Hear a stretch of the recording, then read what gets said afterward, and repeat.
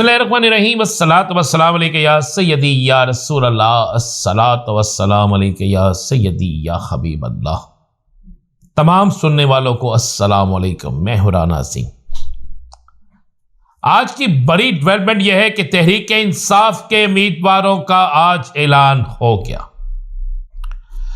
कौन खिलाड़ी किसके मुकाबले में इलेक्शन लड़ेगा, कौन सा खिलाड़ी किसको कहां हराएगा, कौन से खिलाड़ी ने किसको कहां आउट करना है, खिलाड़ी मैदान में आ गए। दूसरी बड़ी खबर यह है कि आखिरकार इलेक्शन कमीशन खुद फिर पार्टी खुलकर बन के चला गया सुप्रीम कोर्ट में बल्ले के निशान के खिलाफ। तीसरी खबर आपको पता है, एक बड़ी खबर है। तीसरी खबर है कि कालअदम करार दे दिया गया उस समात को जो साइफर के हवाले से थी। चौथी खबर भी आपको दे दें। चौथी खबर यह है कि तौहीन अदालत की दरखास्त दायर कर देगी। पहली खबर पे आते हैं। पहली खबर, तहरीक इंसाफ के उम्मीदवार कौन होंगे? यह एक ऐसा सवाल था जो हर सियासी जमात के अंदर डिस्कस हो रहा था। हर सियासी जमात यह सोच रही थी कि किसके मुकाबले में किसने आना है, किसको टिकट जारी होगा, कौन मैदान में उतरेगा, किसका किसके साथ मुकाबला होगा। तो खबर आपको दे रहे हैं कि ऐलान तो हो गया, खिलाड़ी मैदान में आ गए। अब खिलाड़ियों के मैदान में आने के बाद सियासी मैदान इस कदर तेज हो गया है कि कोई सोच भी नहीं सकता।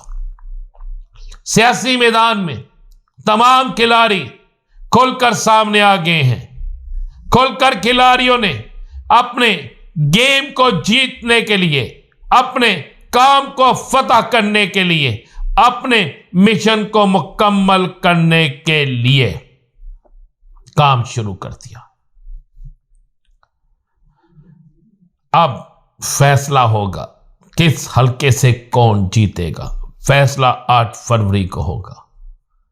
लेकिन अब यह जरूर हो गया है कि मैदान खाली नहीं है। यह जरूर हो गया है कि बड़े बड़े तगड़े उम्मीदवार नए उम्मीदवारों से खौफजदा हैं। फैसला तो 8 फरवरी को होना है, लेकिन यह एक बड़ी खबर है। अब दूसरी खबर यह है कि अभी तक शेर के इंतहाबी निशान को छीनने के लिए किसी ने कोशिश नहीं की। तीर के इंतहाबी निशान को छीनने के लिए किसी ने कोशिश नहीं की। लालटेन के इंतहाबी निशान को छीनने के लिए किसी ने कोशिश नहीं की। पतंग के इंतहाबी निशान को छीनने की किसी ने कोशिश नहीं की। किताब के इंतहाबी निशान को छीनने की किसी ने कोशिश नहीं की। तराजू के इंतहाबी निशान को छीनने की किसी ने कोशिश नहीं की।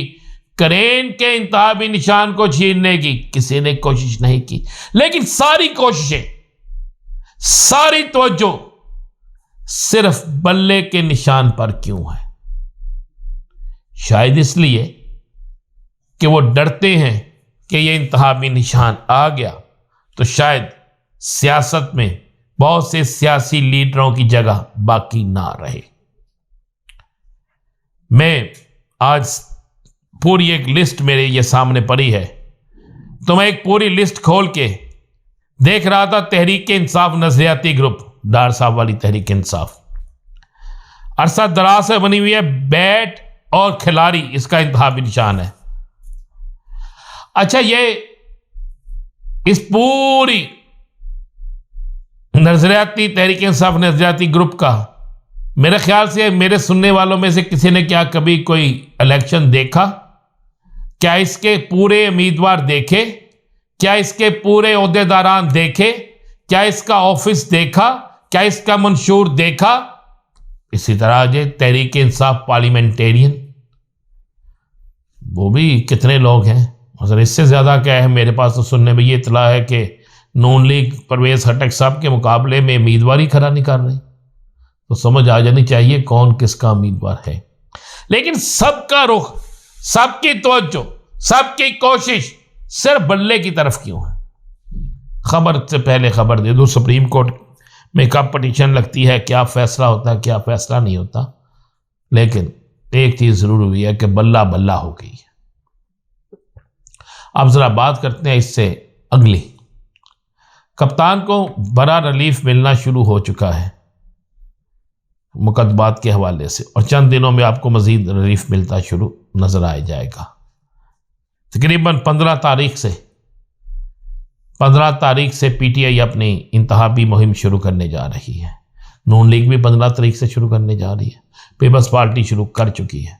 अब देखना यह है कि सारी इंतहाबी मुहिम में कौन कहां पर जीतता है, किसके वोट ज्यादा होते हैं, कौन इलेक्शन में मकाम हासिल करता है।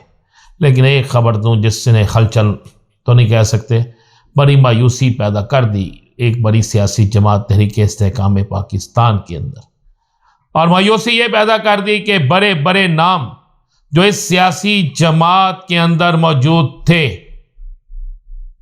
उन सियासी जमातों से आने वाले लोगों ने वाज़े तौर पर इस यकीन दहानी से शमूलियत की थी कि उन्हें टिकट मिलेगी, लेकिन उन सब लोगों के साथ जिसमें बड़े बड़े नाम शामिल हैं, बड़ा हाथ हो गया है। अब ना आगे ना पीछे किसी जगह जाने के वो काबिल नहीं रहे हैं।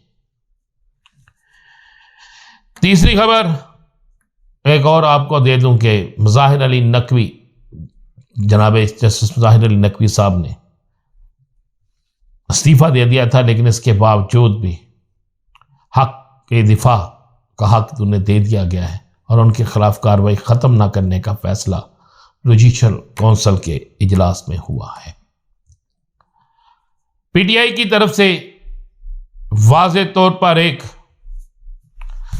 जमा करा दी गई है तौहीन अदालत की कार्रवाई, उस पर सुबह जो भी फैसला होगा सामने आ जाएगा। लेकिन आज एमन वली खान भी पेश हुए बहे जाहो जलाल के साथ इस पेशावर हाई कोर्ट के अंदर, और जाकर गैर मशरूत तौर पर बल्कि मशरूत तौर पर ही माफी मांगी गई, और पेशावर हाई कोर्ट ने आला ज़र्फी का मुजाहरा करते हुए केस को निपटा दिया। हमारे सियासतदान अक्सर बात कुछ करते हैं, जब अदालतों में पेश होते हैं तो अपनी बात पर नदामत करते हैं। क्यों हम इल्जाम देते हैं अदारों को, क्यों नहीं हम अपने गिरेबान में झांकते। तीसरी खबर दे दूं आपको, बड़ी खबर दे दूं, 2 सियासी जमातें किसी वक्त भी बाईकाट का ऐलान कर सकती हैं, इलेक्शन बाईकाट का ऐलान कर सकती हैं। वो कौन सी जमातें हो सकती हैं आप समझ सकते हैं, आप जान सकते हैं। उन दोनों जमातों का तल्लक साबका हुकूमत से रहा है, और इस वक्त मैदान में उन जमातों को अपनी जीत नजर नहीं आ रही। किसी वक्त भी वो कोई नया इल्जाम लगाकर इलेक्शन से भागने की तैयारी करेंगे। मजीद क्या होगा इंतजार कीजिए अगले वीडियो का। इजाजत दीजिए, अल्लाह हाफिज।